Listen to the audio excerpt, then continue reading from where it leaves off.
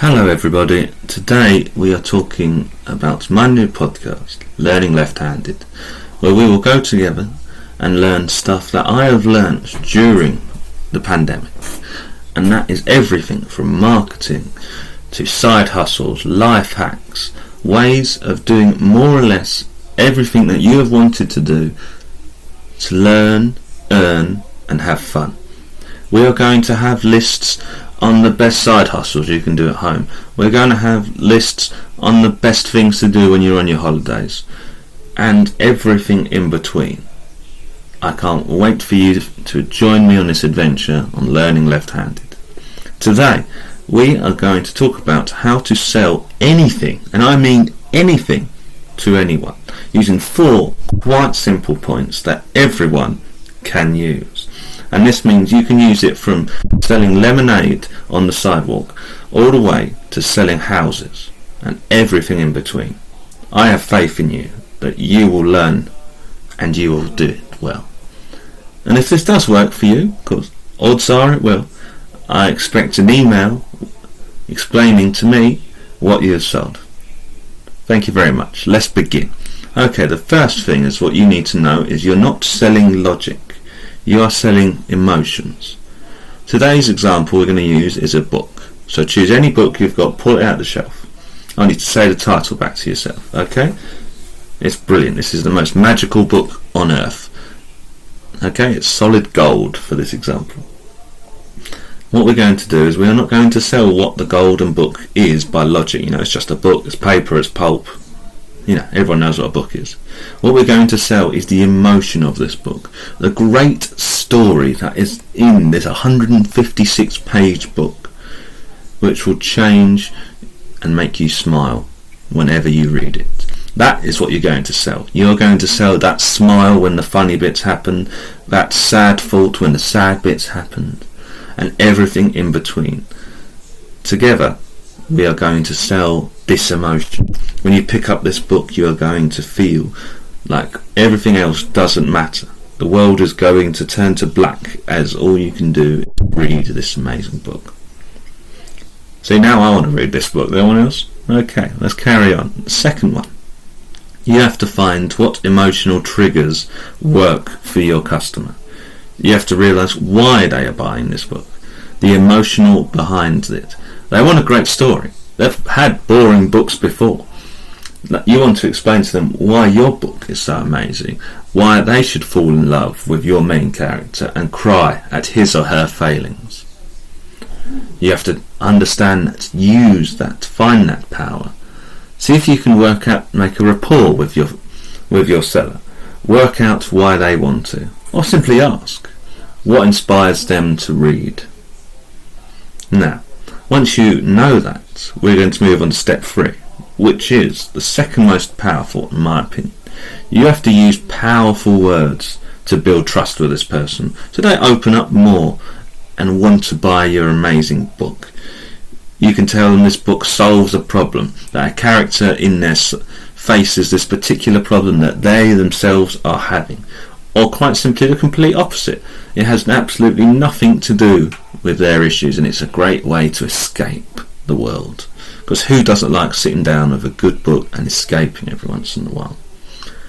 And then we have number 4, the most important one. Before you have even spoken to the person you're going to sell, you want to know the desired outcome must be stuck in your head to sell this book, to please your customer into selling this book. You have to have everything you need to know. You want a little description of what the book's about, what the book is made of. Some people would even want to know what tree was cut down to make it, so make sure you know if it's recycled or not. For example, let's continue. The desired outcome for you is to sell this book. So you are going to tell them every benefit that this book will have to them. As we explained before, you want them to follow the story, you want them to love the characters, and possibly come back for a sequel. This is what you want. Okay, everybody, that was how to sell anything to anyone. That was part 1 of this podcast. We are now going to move into part 2. Welcome back, everybody. Now we are going on part 2. So, you've just sold this book. You've made your millions and billions. And what you want to do is you want to find out advice from a billionaire. So that is what I've found. I have found the greatest tips from billionaires across the web just for you. Here's the first one. Never depend from a single income. The way this billionaire explains it is, your income should be like a table. If it only has one leg, it's quite easy to fall over. That is why, during the pandemic, and still now, people have started off this amazing thing called side hustles. They're little ways of making money, and we will be talking about it in further episodes. Now, next point that I'd say. Remember, if you buy things you don't need, soon you'll have to sell the things you actually need. So think to yourself next time you want to buy something outlandish. If it's outside it, if you cannot afford this, why buy it? Remember, there is not a lot of good ways to be in debt. Honestly, I don't think there is any. So know that. The next point they make is that you should make investments. To make that second leg on the table of money is make investments to create a second source. It is something that you'll have to spend about an hour or two for a few weeks learning about, so you understand what you need to do. So I understand by doing that it is not for everyone. But I recommend trying it. At the end of the day, you only live once. But let's go back with this investing thing. Do not put everything in it. Because to quote a very famous billionaire, never test the depth of a river with both feet. That means just step in, put your little toe in, and then your whole foot once you are sure it's not too hot or the river's not flowing too much. Remember, now, if you are in a big company or own a business, that the best customer service is if the customer doesn't need to call you. I know this doesn't work for everybody, but for those people with small businesses out there, it is best if your customer doesn't come to you with a problem, because that means they have no problems with your product, and that's brilliant. Now let's go back to the investment. It's an experiment. At the end of the day, you're experimenting with it. It's a little bit difficult, you don't know, and that's the idea. It is an experiment. You don't know how it's going to work. You can hope it's going to go well, and that's all you can do. You can hope and learn, and once you do learn, you'll be able to expand, upgrade, and do whatever else. But you need to understand it is an experiment. You don't know what's going to happen. So, for the more business people again, because I know there's a few of you listening to me, if you don't understand every detail of your business, you're going to fail. If you don't understand it, find someone who does. Talk to them and learn. Remember, you're never too old to learn.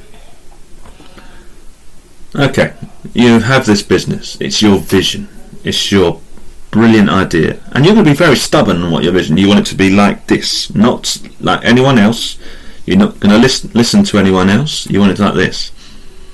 So understand that you want to stay as close to your vision as possible, but the details don't matter a lot. So be flexible with them. If you do that, you're going to be golden. Okay. When you are with this business, you need to always put your customer first. It doesn't matter if you think you're first, you're not. It doesn't matter about you. You do not matter to them. They are coming to you for your product or service. That means that you need to cater to whatever they need on it. So focus on the big things. The big things in this case are your customers, understanding your business, and I mean everything of your business. Understand that investing isn't certain. It is, at the end of the day, a risk. So I understand that. So at the end of the day, what we need to do before we start our business is to focus on ourselves, because at the end of the day we matter. Not as much as our customers in a business sense. I know you're going to joke about that. I'll have a little laugh. You go ahead. But you need to focus on yourself first, then your customers, than your business. I don't want anyone to be working 20 hours a day on a business. You got to learn that your health matters, mental and otherwise. Now, thank you for listening to my first podcast. I hope you really enjoy it, and I hope you share it with your friends. Thank you for listening to Learning Left-Handed, and as always, have a chilled day.